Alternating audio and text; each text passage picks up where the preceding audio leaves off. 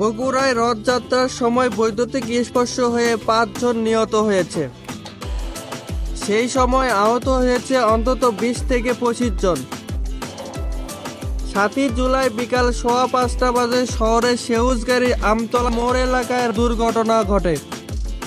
জানা গেছে, সেউজগাড়ি ইস্কন মন্দির থেকে ৫টায় একটি রথযাত্রা বের হয়। ইতিমধ্যে সেউজগাড়ি আমতলা মোড় এলাকায় রথের স্টিলের গম্বুজ রাস্তার উপর থাকা উচ্চ মাত্রা বৈদ্যুতিক তারের সংস্পর্শে আগুন লেগে যায়। এই ঘটনায় বৈদ্যুতিক তাড়িত হন রথযাত্রা অংশগ্রহণকারী অনেকেই।